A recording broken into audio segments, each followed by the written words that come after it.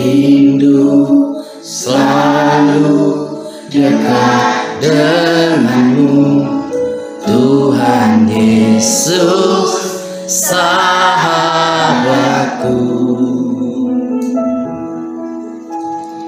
Engkau setia dan sangat baik, ku hidup karena kasih-Mu.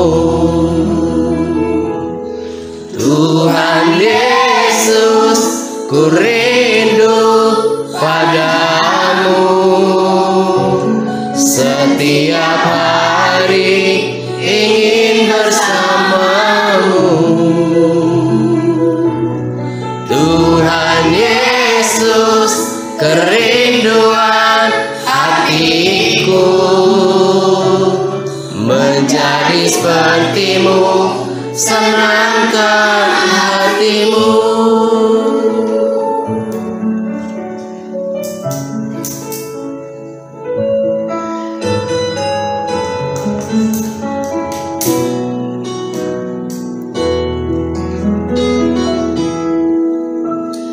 Rindu selalu dekat denganmu, Tuhan Yesus sahabatku.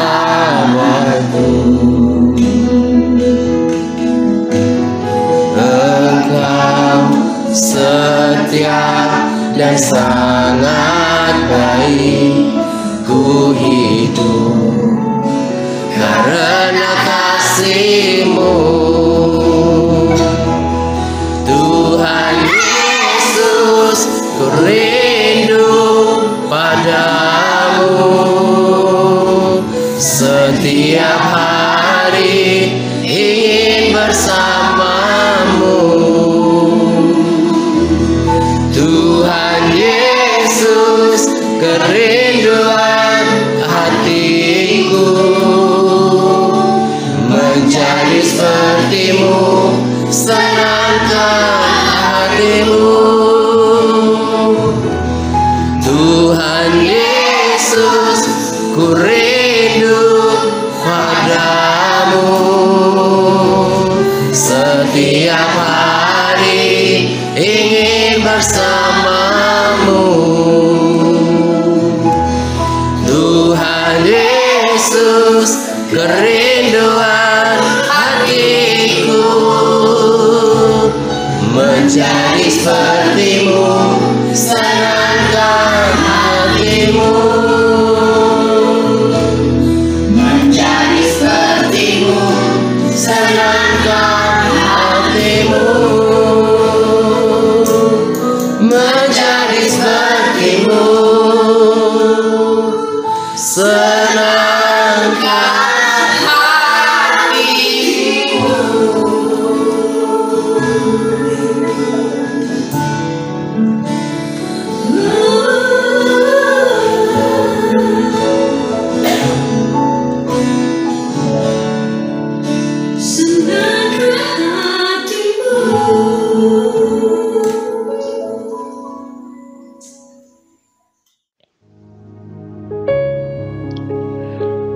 Shalom semuanya, salam sejahtera untuk kita sekalian.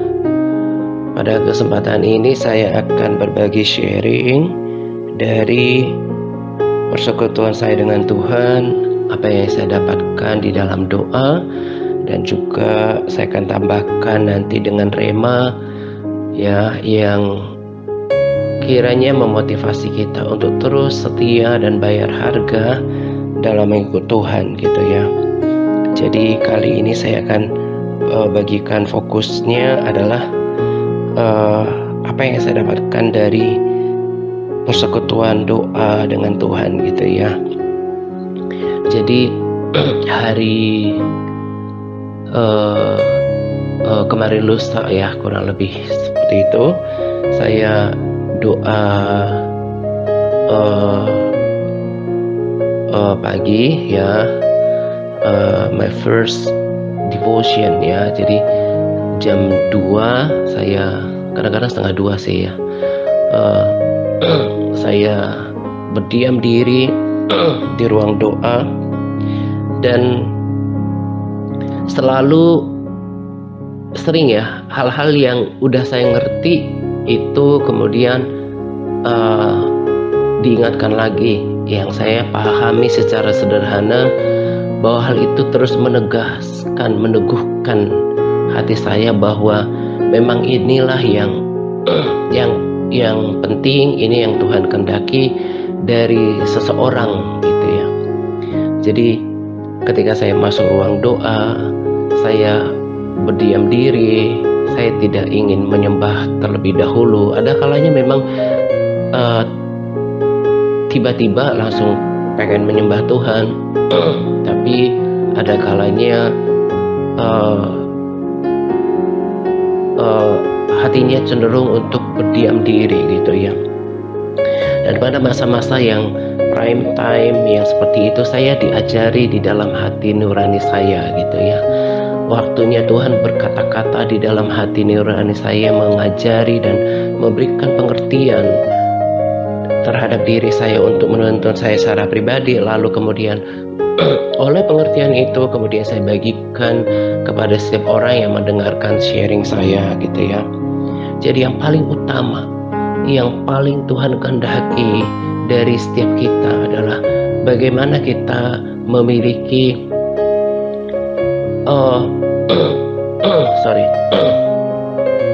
kerinduan untuk bersekutu dengan Dia. Bagaimana kita punya hubungan pribadi dengan Tuhan. Ya,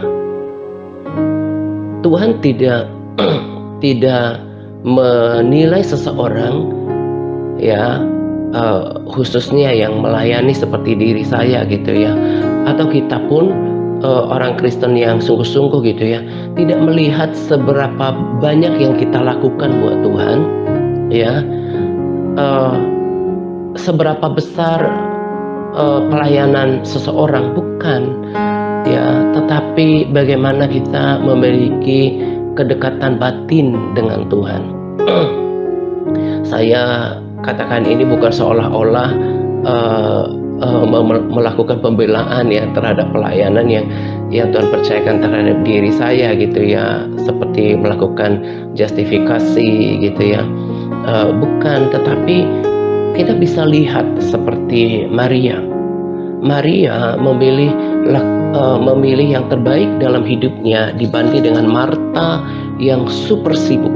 Dia duduk seolah-olah tidak lakukan sesuatu, tetapi bagi Yesus itu adalah yang terbaik, sikap hidup yang terbaik gitu ya. Daud pada zamannya bukanlah orang yang paling terkenal gitu ya, tetapi Daud menjadi seorang yang berkenan di hati Tuhan. Salah satunya adalah sikap hidup Daud yang memiliki kedekatan batin dengan Tuhan, suka memuji Tuhan ya, di samping ketaatannya gitu ya, di samping kualitas hatinya, tetapi saya sedang fokus pada sebuah sikap yang menginginkan Tuhan gitu. Tuhan itu begitu. Tuhan pengen kita menginginkan Dia. Ya, nanti saya akan katakan lagi hal-hal yang meneguhkan apa yang saya dapatkan ini gitu. Cornelius juga seorang yang dikasihi Tuhan karena dia suka berdoa, memuji, menyembah Tuhan. Itu kan sebagai ekspresi daripada kedekatan dan keinginan hatinya untuk bersekutu dengan Tuhan. Daniel juga memiliki persekutuan yang konsisten dengan Tuhan 3 kali sehari seperti yang biasa dilakukannya, dan dia sangat dikasihi Tuhan gitu. Nah, kita juga seperti itu. Hal-hal seperti itu yang telah hilang dari jemaat Efesus yang saya sudah bagikan, dan oleh Roh Kudus yang sama juga memberikan pesan pada rekomendasi video nanti ya, yang dibagikan oleh tim admin dan juga prajurit, dan nanti juga saya akan taruh di kolom komentar video gitu ya. Orang jemaat-jemaat Efesus bisa melakukan banyak hal terkait dengan sikap mereka dan mengikut Tuhan, tetapi mereka itu kehilangan gairah. Itu yang dulu juga saya selalu katakan bahwa berbahaya kalau kita ikut Tuhan tanpa gairah gitu ya. Hamba Tuhan yang dalam video nanti di rekomendasi video katakan bahwa ini kalau kalau misalnya dibayangkan seperti istrinya, kalau cuma baik tapi nggak punya cinta sama suaminya itu bingung, ini adik saya atau istri saya gitu ya. Demikian juga kalau istri gitu ya, dia katakan ini koko saya atau suami saya gitu. Jadi sebetulnya memang ada apa ya, ada detak jantung, denyut jantung atau gairah tersendiri ya yang harus ada dalam setiap hubungan. Misalnya dengan saudara kan beda kasihnya ya, dengan pasangan beda kasihnya, dengan Tuhan juga seperti itu gitu ya. Saya contohkan lagi misalnya seperti anak-anak itu sekarang yang kalau mereka memuji dan menyembah Tuhan gitu ya, beda sekali ketika saya menyembah Tuhan sendiri lepas dengan hadirat Tuhan gitu ya, atau dengan orang-orang yang sudah mengalami Tuhan, itu berbeda. Tetapi dengan mereka saya betul-betul bisa menahan hati yang mereka belum mengalami pengalaman pribadi dengan Tuhan, yang mereka cenderung menyanyi ya. Saya ngerti keadaan mereka dan mereka sedang dalam perjalanan menuju pengenalan akan Tuhan gitu ya. Nah, tapi kalau dirasa-rasa menyanyi dengan menyembah itu berbeda ya. Gairah, semangat, spiritnya itu beda. Nah, demikian juga dalam setiap hubungan seperti itu ya. Saya percaya kita punya pikiran yang positif ya ketika mendengarkan sharing saya ini. Tetapi saya coba katakan ini untuk lebih membuat kita mengerti tentang pentingnya gairah dalam mengikut Tuhan gitu ya. Sama seperti yang tadi saya katakan, hamba Tuhan itu menggambarkan kalau sebuah keluarga ya, suami istri itu tidak ada lagi cinta ya, gairah di dalam hubungan suami istri itu akan menjadi hambar gitu. Beda tadi saya katakan interaksi antara saudara dengan orang tua, beda ketika mungkin kalau pasangan itu tatapannya aja memberikan kesan tersendiri ya, sentuhannya itu berbeda ya, positif ya, itu berbeda setiap hubungan. Nah, Tuhan juga seperti itu. Tuhan mencela jemaat Efesus karena mereka baik, mereka sungguh-sungguh mengikut Tuhan, tapi kehilangan gairah gitu, kehilangan kasih dengan Tuhan. Nah, ini membuat kita kasih itu membuat kita selain bersemangat dengan Tuhan, tapi memberikan roh dalam persekutuan kita dengan Tuhan. Nah, itu tidak boleh hilang. Nah, kembali kepada apa yang tadi saya katakan ketika saya berdiam diri gitu ya. Di waktu-waktu yang lalu kan saya sering katakan ada berapa banyak ya, seperti ini, bukan memegahkan diri ya, tapi ada berapa banyak ya seperti kita yang kita semua yang sudah setia dan konsisten berdoa. Seperti saya sendiri ada rata-rata ya pada dasarnya itu jam 2 gitu ya berdoa. Ada di antara kita yang jam 3, ada yang jam 4 gitu ya. Ada berapa banyak di antara orang Kristen yang memiliki komitmen diri untuk mencari wajah Tuhan, mendatangi Tuhan, merindukan Tuhan seperti ini. Dan itu yang saya mau katakan bahwa Tuhan merindukan itu lebih daripada seberapa banyak yang kita bisa lakukan kepada Tuhan dengan waktu kita, dengan tenaga kita, dengan dengan perkataan kita, dengan pelayanan kita, bahkan dana harta kita, lebih daripada itu ya, pelayanan kita lebih daripada itu. Tuhan menginginkan di yang paling top adalah bagaimana kita punya kerinduan, ketertarikan untuk berjumpa dengan Dia. Tidak sibuk dengan urusan pelayanan, tapi hatinya itu berpaut kepada Tuhan. Ya, seperti Daud juga berkata, seperti rusa yang haus. Jadi hati yang merindukan Tuhan, hati yang menginginkan Tuhan yang lebih utama daripada semuanya, daripada pelayanan, dari apa yang kita bisa berikan, besarnya pelayanan ya, tetapi memiliki hubungan yang sangat personal dengan Tuhan di dalam hadiratnya. Kita bisa memberikan pujian, kita bisa ekspresikan hati kita, bahkan sampai bisa memiliki komunikasi batin dengan Tuhan, bahwa Tuhan, aku mencintai Engkau, aku merindukan Engkau, aku mau setia berkomunikasi, sekalipun tidak TikTok ya dengan Tuhan ya, jadi ngobrol kayak manusia dua orang gitu ya, bukan, tapi kita melakukannya kan semua dengan iman. Kita berkata-kata justru karena kita percaya kepada Tuhan, Dia ada di dalam doa kita, Roh Kudus ada di dalam diri kita, lalu kita berkata-kata dengan iman, aku mengasihi Engkau, aku merindukan Engkau, dan aku mau setia, aku suka berada di dalam hadirat-Mu. Nah, ngomong seperti itu pada Tuhan, itu yang Tuhan inginkan. Seberapa banyak kita yang masih melakukan ini?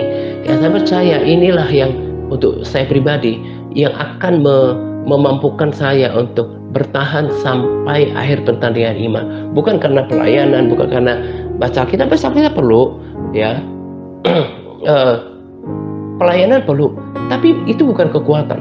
Tapi kekuatan adalah ketika ada interaksi batin dengan Tuhan, kedekatan dengan Tuhan. Itu yang membuat kita bisa bertahan, kita bisa percaya, bahkan yang membuat kita bisa mengerti apa yang paling Tuhan kehendaki. Jadi kayak pagi hari ini gitu ya, ketika saya bangun gitu, saya ngopi gitu ya, saya di otak saya ini yang dari dulu juga, tapi terus selalu diingatkan, di dunia ini sekarang terjadi perebutan jiwa antara kuasa kegelapan si jahat dengan orang Kristen yang menangkap isi hati Tuhan. Makanya gereja yang saya rekomendasikan videonya itu cocok dengan apa yang menjadi hati saya.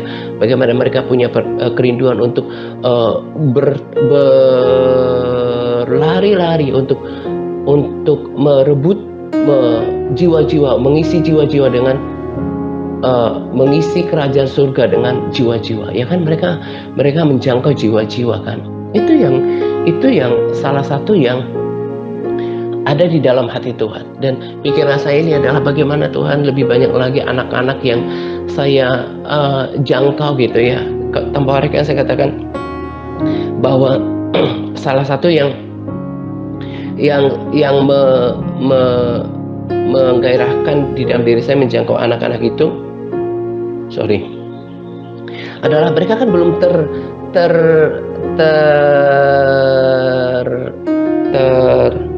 tercemar atau ya belum terpengaruh dengan gereja lokal di mana mereka berada, belum terkontaminasi dengan doktrin. Ya, mereka masih murni menerima semua firman Tuhan, dan firman Tuhan itu akan mengubahkan mereka dan membuat mereka mengerti kekristenan mana yang harus mereka jalankan gitu ya, supaya mereka menjadi Kristen, orang-orang Kristen yang berdasar di dalam firman Tuhan. Itu kerinduan saya, semakin banyak anak-anak, sekalipun kelihatannya pelayanannya nggak sewibawa kalau misalnya melayani orang-orang dewasa, orang tua dengan kerumunan seperti itu gitu ya. Kayak hal kecil aja ya, sederhana. Kalau mereka kumpul ya, kita kumpul 10 orang anak kecil kan kayak sedikit banget gitu ya, udah badannya kecil-kecil gitu ya. Nah, berbeda kalau misalnya 10 orang gede, apalagi gendut gitu ya, tinggi-tinggi badan, itu kan kelihatan wow, kelihatan lebih crowded gitu ya, lebih banyak gitu. Nah, demikian juga dengan segala segala perbedaan keberadaan mereka. Kalau orang dewasa seperti apa, anak-anak seperti apa, tapi saya punya ketertarikan dengan keadaan mereka yang masih polos, yang belum terkontaminasi dengan doktrin, masih terima firman Tuhan semuanya. Nah, kalau udah firman Tuhan duluan masuk, yang lain tuh nggak justru yang lain itu akan disaring dengan firman yang tadi, firman Tuhan yang murni tadi. Kalau segala sesuatu bertentangan dengan apa yang mereka duluan terima gitu ya, kan lagi ditanam nih misalnya tentang pertobatan, buah pertobatan. Orang Kristen itu harus berbuah, menghasilkan buah pertobatan gitu ya. Termasuk kayak nanti bagian kedua setelah firman Tuhan gitu ya, nanti berdoa. Bagaimana firman Tuhan kan mengajar para muridnya untuk berdoa, ya doa Bapa kami. Kemudian juga Tuhan mengajarkan untuk berdoa, berjaga-jaga supaya tidak jatuh dalam pencobaan, yaitu supaya ketika iblis mencoba untuk mengganggu perasaan, pikiran kita gitu ya, supaya berbuat dosa, kita menjadi kuat. Kemudian juga Yesus juga menekankan doa ketika masa terakhir dia di bumi, supaya kemudian kuat bertahan adalah doa gitu. Nah, saya buka pikiran mereka yang masih polos tapi masih fresh seperti itu. Lihat faktanya, lihat orang-orang terdekat, mulai dari papa mama, apakah mereka menjalankan ini? Nah, kita mau lakukan firman Tuhan. Jadi nanti akan mereka akan melihat semuanya, menilai semuanya berdasarkan firman Tuhan. Dan ini kan sedang menanam pondasi dan sedang menanamkan firman sejak dari dini. Bahkan kelihatannya mereka nggak begitu mengerti penuh, tapi kan Allah yang memberikan pertumbuhan dan Roh Kudus yang membuat mereka mengerti sesuai dengan kapasitas atau kemampuan berpikir mereka sekarang. Semakin mengerti apa yang Tuhan inginkan. Jadi kalau saya bangun atau ya setiap hari lah, all day long gitu ya, saya tahu apa yang Tuhan kehendaki. Bagaimana orang-orang ini dituntun kepada kebenaran. Itu kenapa saya tangisi jiwa-jiwa di kota ini yang katanya bergereja tapi ya hidup di dalam dosa, kompromi dengan dosa, katanya udah Kristen puluhan tahun, tapi kok gitu, gak ada kehidupan doa. Apakah itu benar? Apakah itu benar kalau Kristen tapi gak baca firman gitu ya? Nah, itu terus saya doktrin kepada mereka gitu ya. Rindu sebanyak mungkin orang mengerti hal ini, walaupun selamanya apa yang Yesus katakan akan menjadi kenyataan. Sekalipun dari kumpulan yang ada, tetap yang memilih untuk ikut adalah selalu kelompok kecil. Sebab samalah seperti kita di sosial media. Udah tahu bahwa orang Kristen itu harus baca firman, harus berdoa. Faktanya apa? Yang kita sekarang itu hanya mungkin kurang lebih 20-30% yang bertahan. Coba lihat yang tempoh hari saya katakan angkatan kedua yang ketika kita jangkau, saya masih lihat itu mulai dari ketika misi di Palembang gitu ya. Berapa orang yang sekarang yang bertahan? Ya, berapa orang yang sekarang yang bertahan?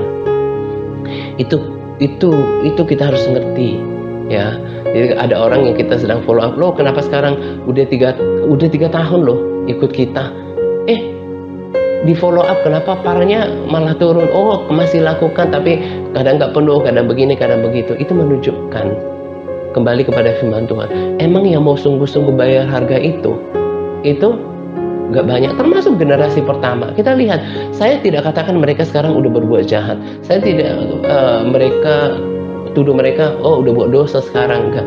Bahkan mereka masih berdoa, tapi udah kehilangan gairah. Itu kenapa?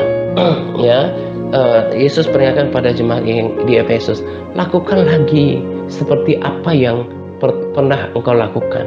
Ketika orang jatuh cinta gitu ya, akan melakukan hal-hal yang ingin membuat pasangannya senang. Kemudian juga ketika kita punya cinta mula-mula, kasih mula-mula kepada Tuhan, kita bisa melakukan semuanya ya. Berdoa misalnya jam 3 atau jam 4 ya, karena saya lihat di sini jarang yang berdoa sama kayak saya itu jam 2 gitu ya. Tekun baca firman, mencari Tuhan dulu, memuji Tuhan, udah kehilangan gairah. Dan itu yang saya pengen katakan kepada banyak orang yang saya jumpai. Bukan masalahnya engkau ini jahat atau enggak, tapi itu saja dicela oleh Tuhan. Walaupun Kristen baik, ke gereja, bahkan pelayanan, tapi kalau sudah tidak ada lagi kasih mula-mula, Tuhan mencela juga. Tuhan nggak berkenan atas hidup seseorang seperti itu. Jadi harus pada level yang tinggi, menjaga kasih mula-mula, menjaga persekutuan gitu kan. Makanya saya katakan bahwa walaupun kayak di pemuritan ya, mereka mungkin saya nggak tetap taat kok ya, tetap berdoa, tapi udah seperlunya, dia doa ya cuma seperlunya, nggak lagi penuh gairah, dan itu kan Tuhan cela ya. Nanti lihat di rekomendasi video yang sebetulnya bukan hal yang baru kepada kita, hanya mungkin ada tambahan-tambahan perkataan hikmat, tapi oleh Roh Kudus mengajarkan pengertian yang sama kan. Nah, pengertian yang sama bahwa kehilangan gairah, lakukan lagi apa yang dulu yang kau lakukan gitu ya. Itu kan juga yang saya katakan di waktu-waktu yang lalu. Dulu semangat membuat alpar, semangat berdoa, memuji Tuhan, berpuasa. Sekarang udah kehilangan gairah. Apa yang membuat itu kemudian menjadi kendur, menjadi undur? Kehilangan gairah. Ya, yang paling Tuhan kehendaki adalah kita tetap menginginkan Tuhan, dan itu yang paling saya rindukan lebih daripada apa yang saya bisa berikan sama Tuhan, termasuk pelayanan ya. Tuhan tidak menilai seseorang daripada fanatismenya, apa yang bisa dia berikan kepada Tuhan, termasuk ya waktu, tenaga, bahkan dana. Bukan seberapa besar pelayanan orang itu, enggak, tetapi seberapa besar, seberapa kuat hatinya melekat kepada Tuhan. Tuhan memerlukan itu. Tuhan menginginkan cinta mula-mula, ya, kasih mula-mula. Sama seperti tadi saya katakan hubungan, ya, anak juga sama orang tua gitu ya. Kok anaknya itu nggak pernah kunjungin orang tuanya, nggak pernah memberikan perhatian ketika mungkin orang tuanya ulang tahun atau orang tuanya sakit gitu ya. Itu kan sangat menyakitkan. Ya, walaupun mungkin dia kasih bulanan sama orang tuanya seperti itu, tapi tidak ada perhatian, tidak tanya kabarnya. Itu kan tidak ada berarti hubungan yang sehat, hubungan batin. Dalam keluarga juga kayak tadi, masing-masing sibuk, setia sih dalam rumah tangga, tapi hatinya itu nggak ada getaran lagi. Itu nggak sehat. Demikian juga hubungan dengan Tuhan, ada getaran yang, dan itu akan tertuang dengan pujian penyembahan. Selalu akan keluar. Kemarin saya ketika penyembahan gitu ya, makanya salah satu yang saya sukai dari ya masih saya tetap ikutin ibadah-ibadah lewat live streaming, lewat YouTube, karena dengan sendiri saya bisa apa adanya gitu. Kalau di gereja kan kadang-kadang kita terintimidasi dengan kiri kanan gitu. Saya bisa ekspresikan dengan menangis gitu ya. Kemarin ada lagu di ibadah itu, dan bibirku mengagungkanmu gitu ya. Aduh, itu hati saya banget gitu. Dan saya bisa nangis gitu sama Tuhan. Itu keluar dari apa? Getaran cinta sama Tuhan. Dan saya bilang itu yang membuat saya tetap setia. Dan saya tahu seberapa pun keadaannya hidup, saya akan tetap setia menyembah Tuhan. Saya akan tetap setia seperti Maria untuk duduk di hadirat Tuhan. Itu yang paling dirindukan. Datang merindukan Tuhan. Saya tahu misalnya kayak ruang doa yang saya khususkan, Tuhan Yesus sudah menunggu, saya punya iman menunggu aku di situ. Roh Kudus menuntut aku masuk, dan aku menyembah Tuhan, mengangkat pujian, bermazmur kepada Tuhan. Itu yang paling Tuhan inginkan di dalam hidup kita, dan itulah yang kemudian menuntun kita untuk apa yang mesti kita lakukan. Akhirnya kan ketika kita bergaul dengan seseorang, bersahabat, kita tahu apa yang menjadi kerinduan, cita-cita sahabat kita kan. Demikian juga ketika kita membangun persahabatan dengan Tuhan, kita tahu bagaimana kita harus bersikap, bagaimana kita harus menjaga hidup kita supaya tidak melukai perasaannya, dan bahkan kita didorong untuk melakukan apa yang menjadi kehendaknya di dunia ini. Itu yang harus dipelihara. Banyak orang yang kehilangan itu, walaupun dia memulainya dari awal berapi-api, tapi nggak tuntas melakukan, karena dia tidak bisa mempertahankan. Dan ini hanya bisa terus bertahan ketika ada konsistensi. untuk terus mencari wajah Tuhan. Ya, itu yang menggetarkan kita untuk melayani. Saya melayani kayak gini nih, bukan aku prepare sesuatu untuk dibagikan, enggak. Tapi karena saya udah menghidupinya, saya ingin membagi berkat ini. Jadi pelayanan itu nggak pernah habis-habisnya untuk saya bagikan apapun. Karena saya itu bersaksi, berbagi dari getaran hati saya. Ya, coba cek, jangan sampai menjadi jemaat yang dicela oleh Tuhan karena telah kehilangan gairah dengan Tuhan, kehilangan cinta mula-mula dengan Tuhan. Ya, nanti dengarkan di rekomendasi video itu, mati lampu ketika mereka ibadah, tapi justru hadirat Tuhan itu terasa. Hadirat Tuhan itu terasa. Ya,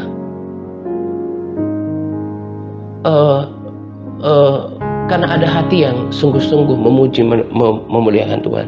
Coba periksa itu. Sekalipun sekarang masih setia di gereja, kelihatannya baik, coba taat, tapi kalau kehilangan gairah, Tuhan nggak suka, Tuhan nggak berkenan dengan itu. Ya, pertahankan itu, dan itu yang selalu saya jaga di dalam hidup saya gitu ya. Tadi saya udah contohkan bagaimana Maria memilih duduk di hadirat Tuhan, Cornelius juga suka berdoa menyembah Tuhan, Daniel, apalagi Daud gitu ya. Nah, itu yang harus dijaga, jangan sampai kehilangan gairah dengan Tuhan ya. Nah, justru gairah ini yang memampukan kita untuk melakukan lagi apa yang pernah kita lakukan, merenungkan firman. Ku renungkan firman-Mu siang dan malam. Kita menyembah Tuhan, kita melantunkan lagu-lagu kasih kepada Tuhan, itu menjadi kekuatannya. Gitu ya. Jangan pikir oh aman-aman saja, saya kan tidak jatuh lagi dalam dosa, taat gitu ya, tetap melakukan kalau tanpa gairah Tuhan celah, Tuhan nggak suka gitu ya. Makanya miliki hubungan itu, itulah justru yang membuat saya bertahan sampai sekarang, memiliki jam-jam doa minimal 4, 5 sampai 6 jam setiap hari, menyembah Tuhan, menikmati Tuhan. Itulah kekuatannya ya. Kalau tanpa cinta itu nggak bisa hubungan itu bertahan.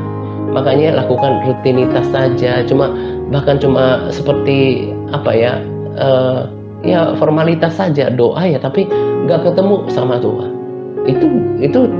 Itu nggak memiliki nilai tinggi, dan ya saya percaya itu tidak berkenan di hadapan Tuhan gitu ya. Miliki cinta itu kepada Tuhan. Itulah yang juga mendorong kita untuk taat, untuk melakukan kehendak Tuhan, bahkan untuk melayani ya. Dan sebagai motivasi, oh ya, sebagai tambahan untuk ini ya, ketika saya baca di tentang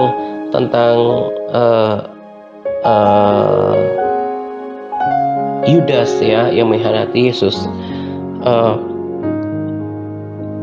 di Lukas 22 ayat 22 dikatakan seperti ini, sebab anak manusia memang akan pergi seperti yang telah ditetapkan, akan tetapi celakalah orang-orang yang olehnya ia diserahkan ya. Jadi dari dulu juga udah ngerti ini. Jadi ya memang sih kegenapan firman Yesus akan seperti itu, disalibkan. Tapi Tuhan Yesus sendiri pun katakan, tetapi celakalah orang yang olehnya ia diserahkan.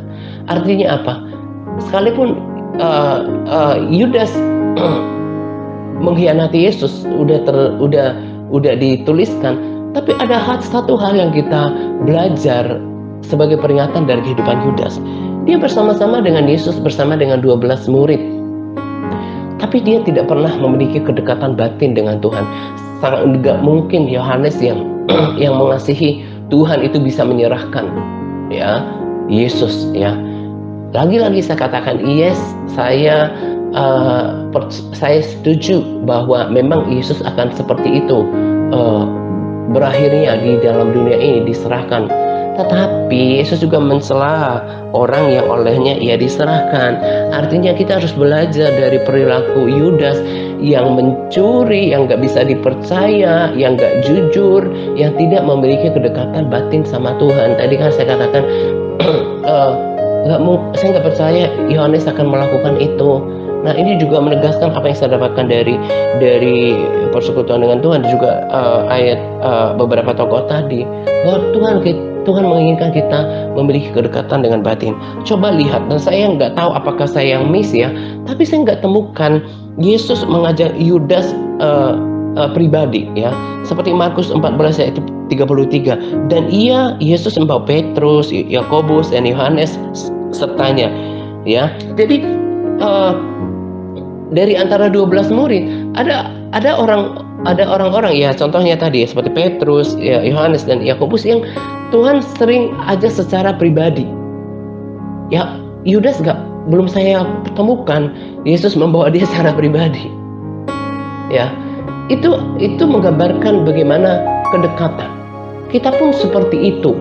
Ya, kalau kita tidak memiliki kedekatan batin dengan Tuhan seperti yang tadi saya katakan, besar kemungkinan untuk kita kehilangan cinta sama Tuhan. Besar kemungkinan kita untuk tidak taat. Besar kemungkinan untuk kita bahkan kompromi sama dosa.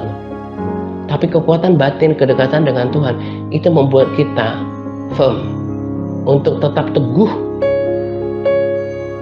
dengan standar hidup kita.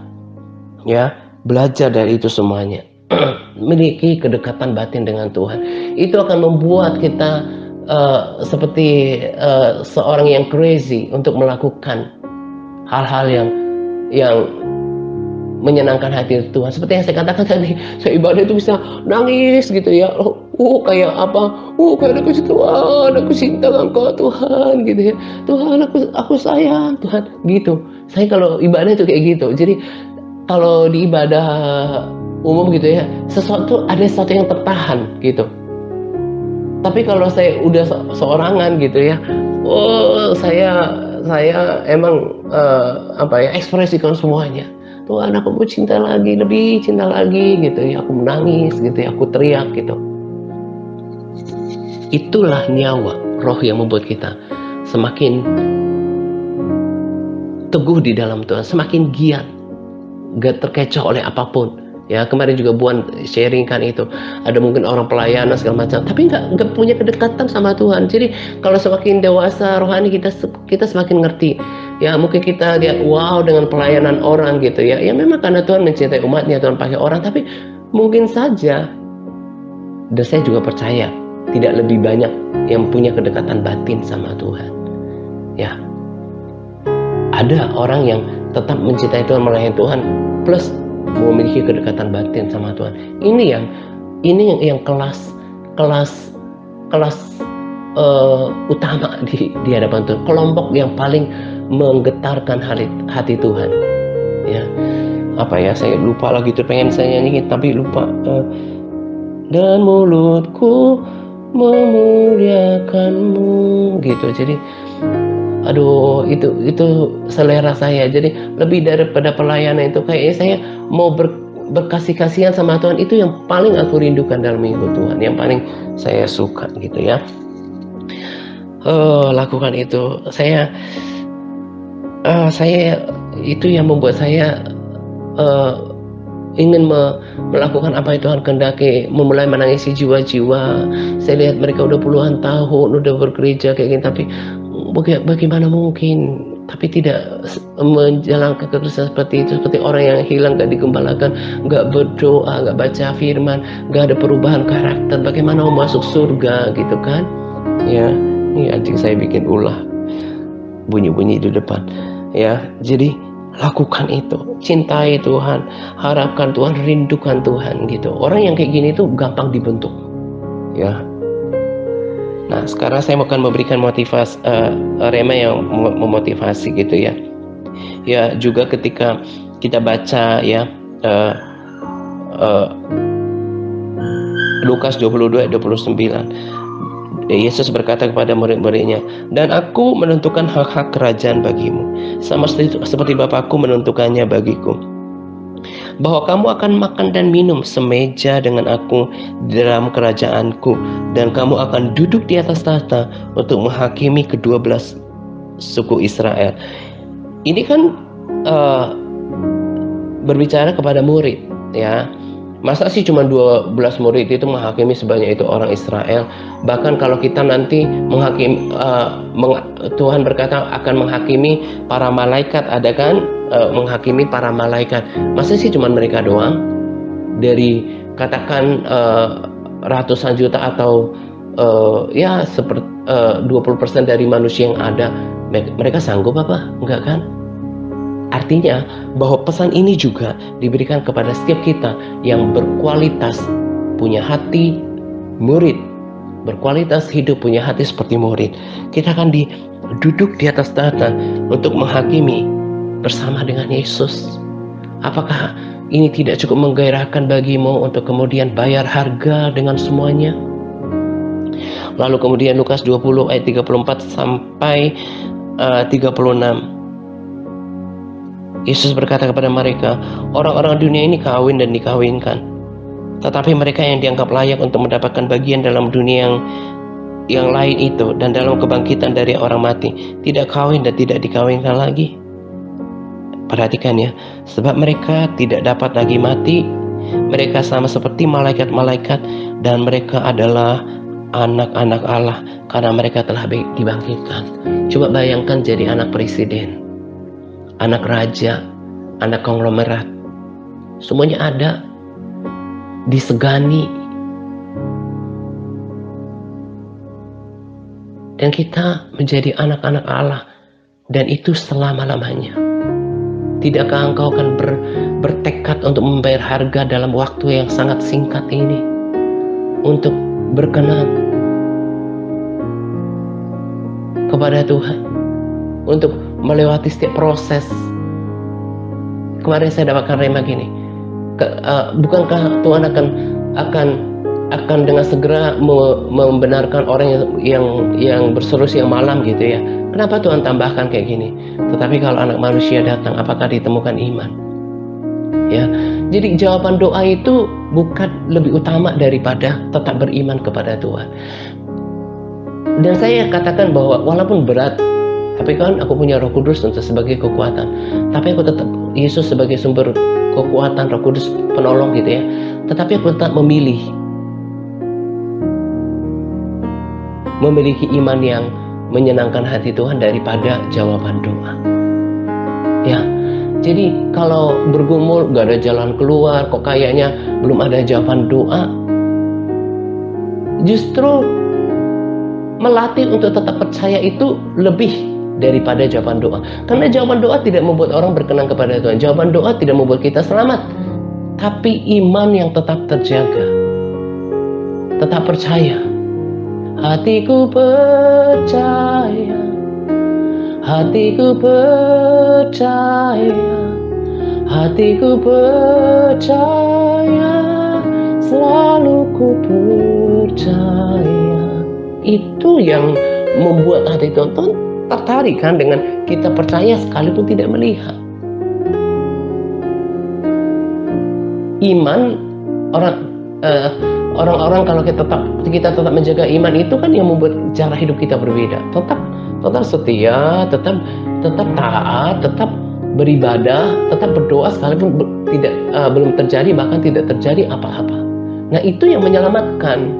Jadi kalau orang masih dipengaruhi oleh jawaban doanya, itu berarti bukan orang beriman sebetulnya. Ya, jadi bertahanlah sekalipun hidup tidak selalu seperti yang kita inginkan. Mengucap syukur setiap hari, berterima kasih, tetap percaya pemeliharaan Tuhan ada. Ya, terus bergairah untuk Tuhan, menjaga kasih mula-mula, dan ketika Tuhan datang, kita didapati sedang bekerja, didapati iman, didapati cinta. Itulah yang Tuhan ambil menjadi mempelainya. Ya, itulah kekristenan yang sejati yang saya pahami, yang saya bagikan dan saya hidupi. Bukan keterkenalan, bukan popularitas, bukan besarnya pelayanan. Itu perlu, justru itu harus terdorong daripada persekutuan pribadi dengan Tuhan. Itu yang saya tanamkan dalam pelayanan ini. Itu juga nanti terapkan sama anak-anak itu. Saya akan baikkan kalau mau Tuhan senang sama orang yang suka memuji Tuhan. Saya katakan Daud, Daniel, juga dengan Cornelius juga yang berdoa. Mereka akan dilatih selain baca firman. Nanti mereka berdoa, menyembah Tuhan, kemudian dikasih pokok doa berdoa. Yang kecil aja mereka baru berminggu-minggu, berbulan-bulan langsung berbeda dengan bahkan orang tua mereka yang udah puluhan tahun ya jadi Kristen. Dan mereka akan diberikan pertumbuhan oleh Tuhan, oleh firman yang ditabur. Itu harusnya kekristenan yang sehat. Dan biarlah kita hidup seperti itu. Jangan tinggalkan kasih mula-mulamu.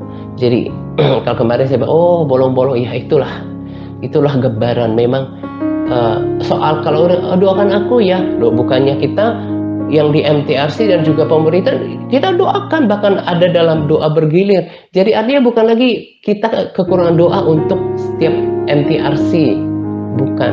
Tetapi kemudian ketuk palu terakhirnya kan diri orang itu sendiri. Mau nggak bayar harga, lakukan bagiannya apa enggak.